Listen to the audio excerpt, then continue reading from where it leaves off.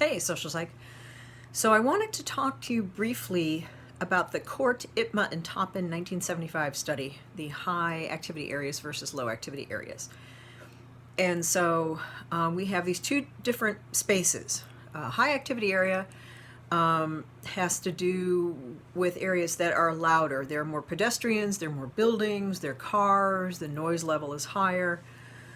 A low activity area isn't a space where there are fewer people walking around, fewer cars, fewer buildings. It's much quieter. And we see high activity areas in big cities, obviously, like Times Square in Manhattan, but also in small towns. Imagine in a non-pandemic, the area on Market Street near where Maxfield's is on a Friday night about midnight when school's in session. Lots of cars, there's buildings. I know they're not that many, they're not that tall, but they're there. There's buildings, there's people walking around, there's cars honking and driving around, and so that would be considered a high activity area. There's a lot of sensory stuff going on. A low activity area would be an area like, say, Ives Park, where the gazebo is behind the Clarkson Inn. It's quiet, there are not that many people, there's no cars, there's no buildings. So it's quiet, it's fewer things impinging on your sensory modalities. But there are low activity areas also in big cities. Maybe a public library or a museum might be a low activity area. A few years back for our 10th wedding anniversary, my husband and I went to New York City to celebrate our anniversary. And we were walking along, it was near Wall Street. I couldn't tell you where it was exactly. It was near Wall Street. And there were these two buildings. And then there was this sort of fountain spanning the area between the two buildings. It kind of had like stair steps, and the water was going down the stair steps. And then when you look behind that fountain area, there was green space. There were a bunch of trees there and a couple of food vendors, like little carts and tables and chairs. And we were there in the summer. And my husband's like, oh, wow, this is really great. And I'm looking around going, oh, I got to talk about this in social psych, nerd, right?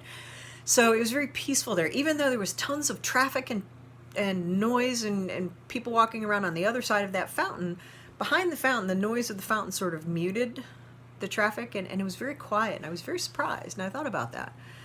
And so the thing about high activity areas versus low activity areas, the Korte, Ypma, and Toppen found that helpfulness was more common in low activity areas. And there were things like helping someone who appeared to be lost. They're looking at their map and like, right, that internet. You always know who the first year students are, the new transfers, right? They're looking around like, where's Flag Hall, third floor? It's like, no, that doesn't exist. Pointing out if someone was walking along, one of the things the experimenters would do was take a key and they'd put it in their pocket, and their pocket had a hole in it, and they'd push the key out so that it fell out the pocket, and looking to see if someone would stop and go, oh, hey, wait, you lost this, right? So that was how they defined helping. It was fairly small stuff.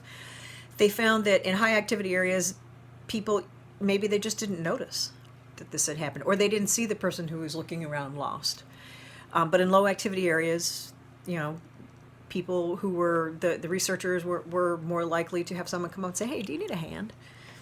And so, of course, big cities have more high activity areas, and small towns have more low activity areas. And so, aside from all of the other reasons why people do or do not help, Korte, Ypma, and Toppen are arguing that maybe this is one of them. It's just harder to notice if somebody needs help if there's a lot of chaos going on around you, which I think is kind of cool and makes sense.